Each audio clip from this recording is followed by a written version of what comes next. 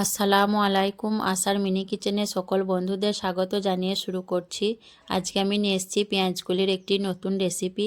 আর এই রেসিপিটি এতটাই টেস্টি হয়, গরম গরম ভাত, রুটি, পরোটা সব কিছুর সঙ্গে তৃপ্তি করে খেতে পারবেন। পেঁয়াজকলি আমরা নানা রকমভাবে রান্না করে খেয়ে থাকি, কিন্তু অনেকে এইভাবে রান্না করে এখনও পর্যন্ত খাননি। আর যারা এখনও পর্যন্ত খাননি তারা কিন্তু অবশ্যই এইভাবে পেঁয়াজকলিটা একবার রান্না করে দেখুন। দুর্দান্ত স্বাদের হয়, খুবই টেস্টি হয় এই রেসিপিটি। আর গরম গরম ভাত, রুটি, পরোটা সব কিছুর সঙ্গে কিন্তু তৃপ্তি করে খেতে পারবেন।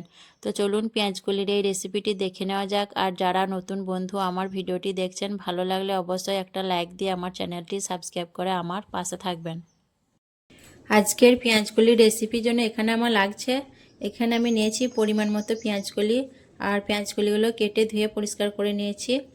লাগছে দুটো ডিম, একটা বড় সাইজের টমেটো কুচি, 4টে কাঁচা লঙ্কা, একটা বড় সাইজের পেঁয়াজ কুচি।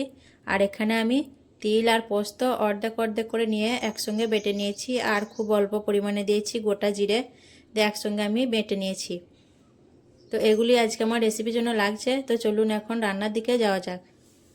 রান্নার জন্য আমি গ্যাস অন করে একটা কড়াই বসিয়ে দিয়েছি আর দিয়ে দিলাম পরিমাণ মতো সাদা তেল। আপনারা চাইলে সর্ষে তেলেও রান্নাটা করতে পারেন। তারপর আমি এখানে দুটো ডিম ভেঙে দিয়ে দিচ্ছি। ডিম দুটো ভেঙে দেওয়ার পর আমি এখানে পরিমাণ মতো নুন দিয়ে দিলাম ডিমের মধ্যে। তারপর আমি নেড়েচেড়ে ডিমটা ভেজে নেব।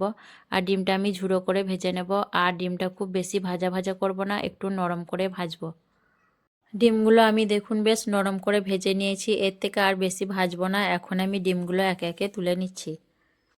এই গরম তেলের মধ্যে আমি দিয়ে দিচ্ছি ফোড়নের জন্য অল্প পরিমাণ কালো জিরে। দিয়ে ফোড়নটা একটু নাড়াচাড়া করে আমি এখানে দিয়ে দিচ্ছি দুটো শুকনো লঙ্কা। শুকনো লঙ্কা দুটো আমি এইভাবে করে হাত দিয়ে ছিঁড়ে দিয়ে দিচ্ছি।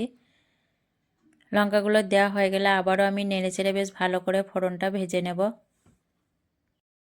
ফোড়নটা ভালো করে ভেজে নেওয়ার পর এখানে আমি দিয়ে দিচ্ছি একটা বড় সাইজের পেঁয়াজ কুচি। দিয়ে পেঁয়াজটাও আমি নেড়েচেড়ে 1 মিনিটের মতো ভেজে নেব। খুব বেশি পেঁয়াজটা ভাজবো না, পেঁয়াজটাও নরম করেই ভেজে নেব। পেঁয়াজটা বেশ দেখুন নরম করে ভেজে নেওয়ার পর এখানে আমি দিয়ে দিচ্ছি কেটে রাখা বড় সাইজের টমেটো কুচি আর কাঁচা লঙ্কা 4টে। আর দিয়ে দিচ্ছি খুব অল্প পরিমাণে হলুদের গুঁড়ো আর অল্প পরিমাণে লঙ্কা গুঁড়ো। লঙ্কাটা কেউ যদি বেশি খেতে চান নিজেদের ইচ্ছা অনুযায়ী দিয়ে দেবেন কম বেশি করে। আমি কিন্তু এর থেকে আর বেশি লঙ্কা দেবো না, তাহলে প্রচুর ঝাল হয়ে যাবে। দিয়ে আমি নেড়েচেড়ে খুব ভালোভাবে দেখুন মশলা আর টমেটো কাঁচা লঙ্কা 2 মিনিটের মতো ভেজে নেব। মশলা আর টমেটো লঙ্কা 2 মিনিটের মতো ভেজে নিয়েছি। তারপর আমি এখানে দিয়ে দিচ্ছি কেটে রাখা পেঁয়াজকলিগুলো আমি সবই দিয়ে দিচ্ছি এখানে।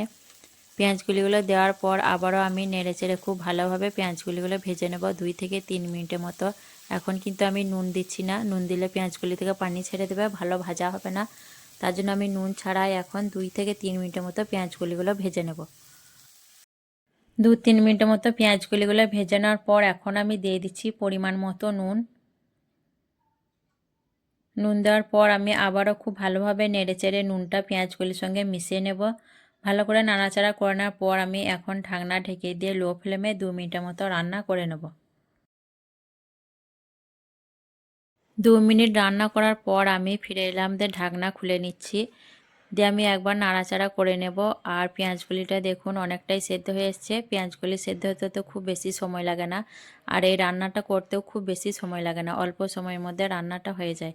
দিয়ে ভালো করে নাড়াচাড়া করে নেওয়ার পর দেখুন এখানে আমি দিয়ে দিচ্ছি আগে থেকে বেটে রাখা তিল আর পোস্ত বেটে রাখা দিয়ে দিলাম। দিয়ে বাটিটা ধুয়ে আমি একটু পানি দিয়ে দিচ্ছি 1 বাটি, এর থেকে আর বেশি আমি পানি দেবো না, এই পানির মধ্যে রান্নাটা ভালোভাবে হয়ে যাবে। তো আমি নেড়েচেড়ে খুব ভালোভাবে মিশিয়ে নেব সব কিছু। আর এখানে আমি 3 চামচ পোস্ত নিয়েছিলাম আর 3 চামচ তিল নিয়েছিলাম চা চামচে, আর 1 চামচ গোটা কাঁচা জিরে দিয়েছিলাম, দিয়ে একসঙ্গে বেটে নিয়েছিলাম। তো আমি খুব ভালো করে নেড়েচেড়ে মিশিয়ে নিয়ে আবারও ঢাকনা ঢেকে দিয়ে আমি আরও 2 মিনিট রান্না করে নেব। আরও 2 মিনিট রান্না করার পর আমি ফিরে এলাম, দিয়ে ঢাকনাটা খুলে নিচ্ছি। দিয়ে একটু নাড়াচাড়া করে নেব। আর পেঁয়াজগুলিগুলো খুব ভালোভাবে সেদ্ধ হয়ে গেছে। একটু নাড়াচাড়া করে নেওয়ার পর এখানে আমি দিয়ে দিচ্ছি আগে থেকে ভেজে রাখা ডিমগুলো। ডিম দেওয়ার পর এখানে আমি দিয়ে দিচ্ছি চা চামচে 1 চামচ চিনি। আর চিনিটা কিন্তু অবশ্যই দিবেন, তাহলে টেস্টটা খুব ভালো আসবে। দিয়ে আবারও আমি নেড়েচেড়ে কিছুক্ষণ ভেজে নেব যতক্ষণ না অবধি রান্না থেকে তেলটা ছেড়ে দিচ্ছে। আর এইভাবে যারা এখনও পর্যন্ত পেঁয়াজগুলির এই রেসিপিটি খাননি তাদেরকে রিকোয়েস্ট করব অবশ্যই একবার খাওয়ার জন্য। খুবই টেস্টি হয় এই রেসিপিটি। আর কেমন লেগেছে অবশ্যই কমেন্টে জানাবেন। ভালো লাগলে একটা লাইক দিয়ে দেবেন। ডিম দেওয়ার পর বেশ কিছুক্ষণ ভেজে নিয়েছি। দেখুন রান্না থেকে তেলটা ছেড়ে দিয়েছে আর রান্নাটা এখন আমার কমপ্লিট হয়ে গেছে। এখন আমি গ্যাসের চুলাটা অফ করে দেবো, দিয়ে আপনাদের পরিবেশন করে দেখিয়ে দেবো।